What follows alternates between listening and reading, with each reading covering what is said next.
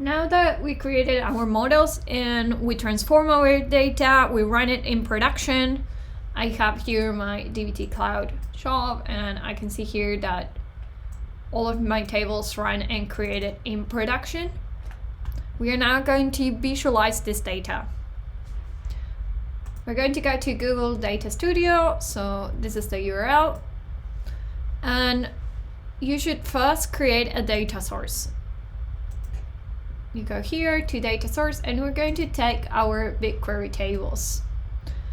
You're going to be able to choose your project here. We're going to use production, and we're going to use fact trips. Something very interesting to know is that if your table has a cluster key, so for example in trips data all, here my table has the pickup date time defined when I created the table from the backend, and it's going to allow you immediately to use that as a date range dimension. In my case, this ones I didn't have them partitioned or clustered, so I'm just going to take it as it is. Another nice thing is that if you go here, since this is a BigQuery table, you can see already from the URL in the bottom, this is going to take me to my BigQuery console, and I'll be able to query the data from here and see the table and a preview. Okay, let's go to connect now. The first thing that we're going to see is that it takes all of the numbers, all of the fields, and it can have some default aggregations by default. So for example, the sum of the drop-off location ID, in this case, pickup location ID, also a sum. I don't want to have a sum on those, so I'm going to change those to none. Passenger count, I would like to have a sum, for example. I think that's interesting. Right code ID, I don't want to have a sum, so I'm going to put a no. Payment type, also not, because that's a category for me. And the same goes with trip type, that's a category, and with the vendor ID. And here on the metrics, you have several metrics that you could find useful. By default, it always takes the record count, which is very useful because many times we want to know how many trips, for example. That would be a record count. We could create our own aggregations the same way we could create our own fields. We're not going to do it from here, we're going to do it afterwards. But if you already know that you want to have some extra transformation fields that should be only on the BI side, then you could do it from here. Another nice thing is that you could set descriptions for these fields, something that could be useful for the users that are going to be using the reports that we're going to create. So let's go and create the report. Another interesting thing to note is that we can define a data freshness. So imagine this is an active pipeline that you're constantly receiving every hour the trip data. Then you could have Data Studio checking the freshness of that data and letting you know if it's past the threshold, hence the data is stale. Okay, so now it created my report. Another thing here, you can always change. So for example, dimension fact are concepts that are very well known for people that know dimensional modeling, but if we think about the business stakeholders, they might not know what a fact table is, and they shouldn't. So maybe we actually want to change the name of the table. This is something that you should consider and do here. So we're going to now create a report. By default already gave me something. I don't want to have this table yet. We're going to create our own reports. Let's build something like a time series, for example. You have several graphs to choose from here. As soon as you choose any of them, it's going to already pick up the dimensions for you, as you can see here, kind of like as a default or suggested. This is quite nice because it could give you an idea of what kind of graphs you could do. This behaves a little bit like a pivot table if you are familiar with the spreadsheets. And in our case, we want to do, for example, the amount of trips per day. So let's say pickup date time. As I mentioned, we'll take the pickup date time as well, and let's try to do it by service type, maybe here, which was the green and yellow.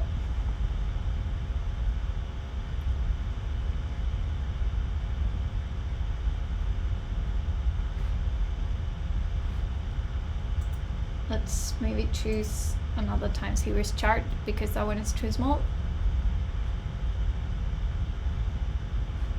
Okay, now that this one looks a little bit better. There's something here, if you note already, that the years go from 2001 to 2061. 78 now, 2078. This is because we didn't filter the data, and some of those records, if you go and do a count of the amount of records that they are per year, then there's some outliers in there that are messing up with our data. And something quite nice that Google Data Studio has is that you can add controls. And we could add here a date range that we're going to use by default to everything that's going to be in this report. And it can be done from here. Something quite nice is also that you can here take always, let's say, the last month, this month, last week. Let's say you are building a dashboard to monitor the major KPIs. You probably would like to see it in the past week. So then by default, this will always have the right numbers that you want to check. And if you always want to go back, you can change it from here. So we know that our data is from 2019. So I'm going to choose 2019 until 2020 December. And once I apply it, we right now only have one graph. So only this one is affected, but imagine that if we were to have more, everything would be here. So what other things you can do? You can, of course, add your own filters as well in here. In the style, you could change things about this, about the graph. So how do you want to see? You could change, for example, the lines. Do you want them to be bars instead? How big should it be? And here at the end, you could also change the grid, how it looks like. And you could change, for example, the background or the border. Let's say we want to put a border here that it's quite big to make sure it's different. Something that we could do is add a title to this. So let's say we do amount of trips per day and service type.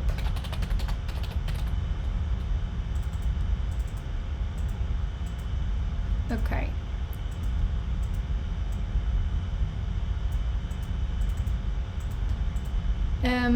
Let's do another graph. Let's add, for example, a scorecard.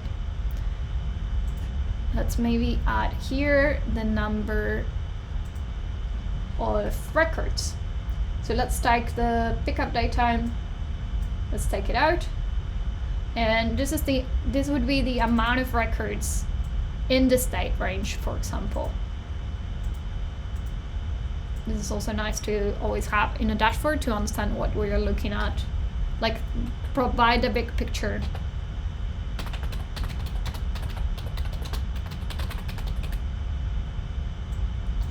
Again, here you can always go to the style.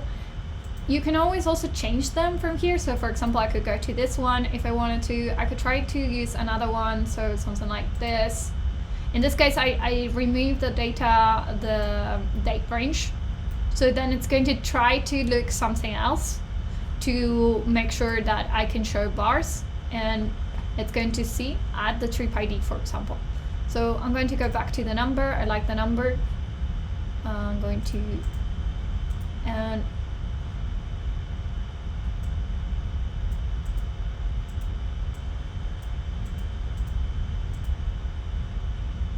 this here is like a bug. Let's add another chart. Let's do something like a service type distribution. There, no, it left, it was a bug.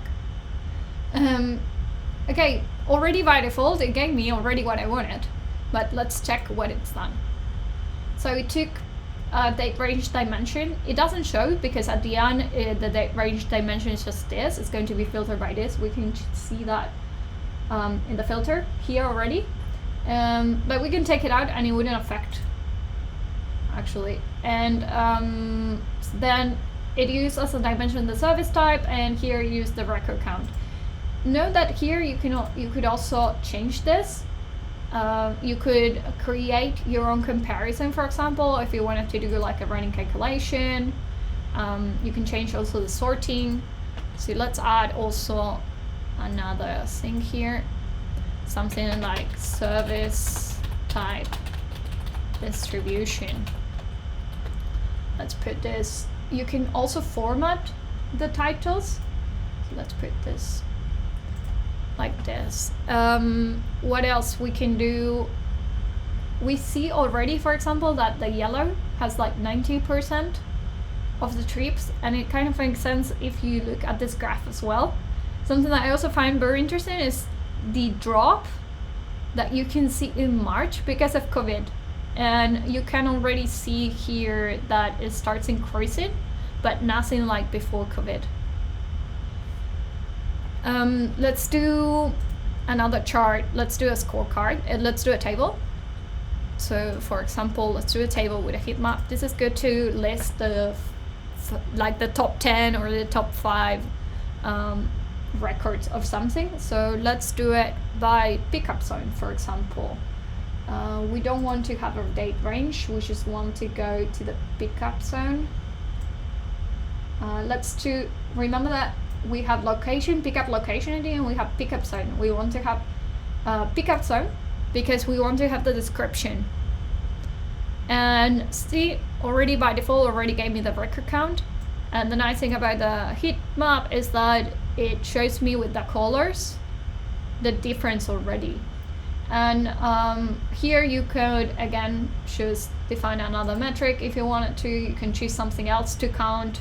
For us, record count is fine because this is what we actually want to know, right? This is going to tell us the amount of rides per pickup zone that we had during this date range. Let's also add a text here. We can put here something like trips per pickup zone. Let's do one other graph. Let's go to another chart. Let's do maybe a stack bar, something like this. And I would like to see the trips per month. The thing here is that I don't have the trips per month because I only have a pickup daytime. And in that case, so we can leave the pickup daytime here, but here what we want is to create a new field that's going to allow us to filter by the month. So from here we can go and add the field, and we're going to do something like pickup month, for example, and we can apply formulas here. So we could do month, pickup time, pickup daytime here. So you can also create like your own field ID if you wanted to. I'm just going to leave this one here, but you could create an ID to a unique identifier for that field as well. Let's save it. Done. And let's now take that pickup month as the dimension.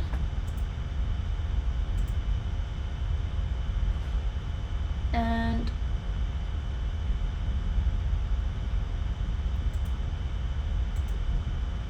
is it still not ready? Okay, here we can see already the amount of trips that we had per month. But we know here already that there's a difference between 2020 and 2019. 2020 and 2019, which means that it would be affecting some of the months unnecessarily. So maybe we want to also drill down by the year to make sure that there's a difference, and it would also be interesting to see.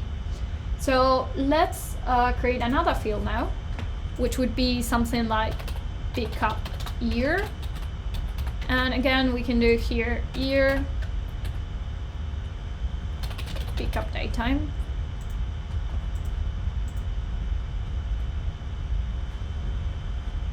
Let's do a done, and let's add that as a drill down dimension. Pickup, where is it?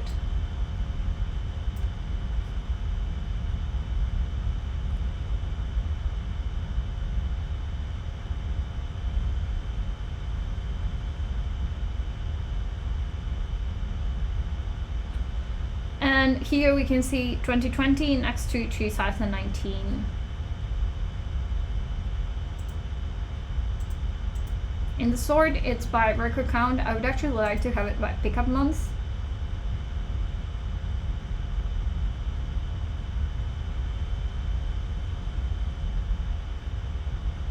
And now I would like to change it to the other bar, to this one. I would like to have it.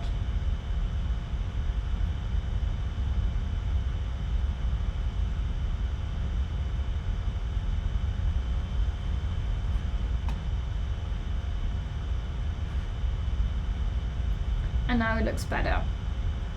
So here we can see already the differences. There's a second sort. I would like to take it out.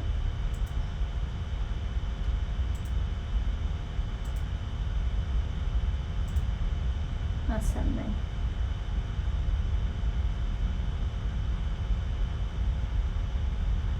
I would like to see the year from when it starts to when it ends.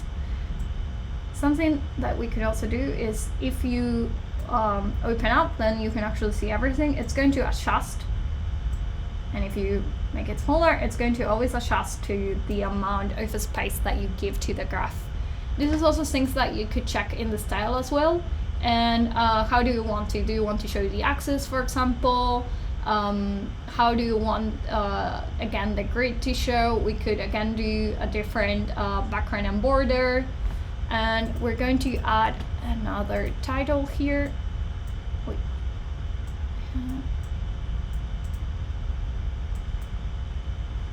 I'll just put another one. We're going to do trips per month and year.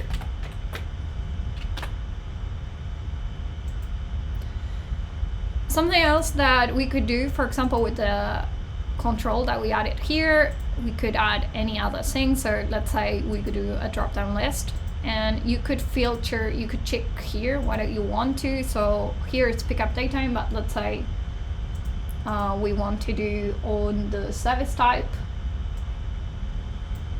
not the range dimension, in the control field service type, and then you could take only, let's say we take only yellow. Let's take that. And see how it already affected all of my dashboard. So, okay, next thing we can do is we can put something here like trips analysis years 2019, 2020. And this is ready to share. And what we could do is we could actually see how it looks like, so how someone is going to be able to use it. Let's put the green as well back. You could go back to edit, or you could already share it. And this is very similar to how you would share any kind of document with Google. You can give people permission to either edit or view. You just add their emails, and you're ready to share. You could also get a link. You could download it as a PDF, and something that's quite nice, you could schedule an email delivery, which is very useful. So in the case, for example, of the KPIs that I said that we could set to always check the last week, we could schedule this to be sent every Monday, for example, and we would be able to analyze the last week.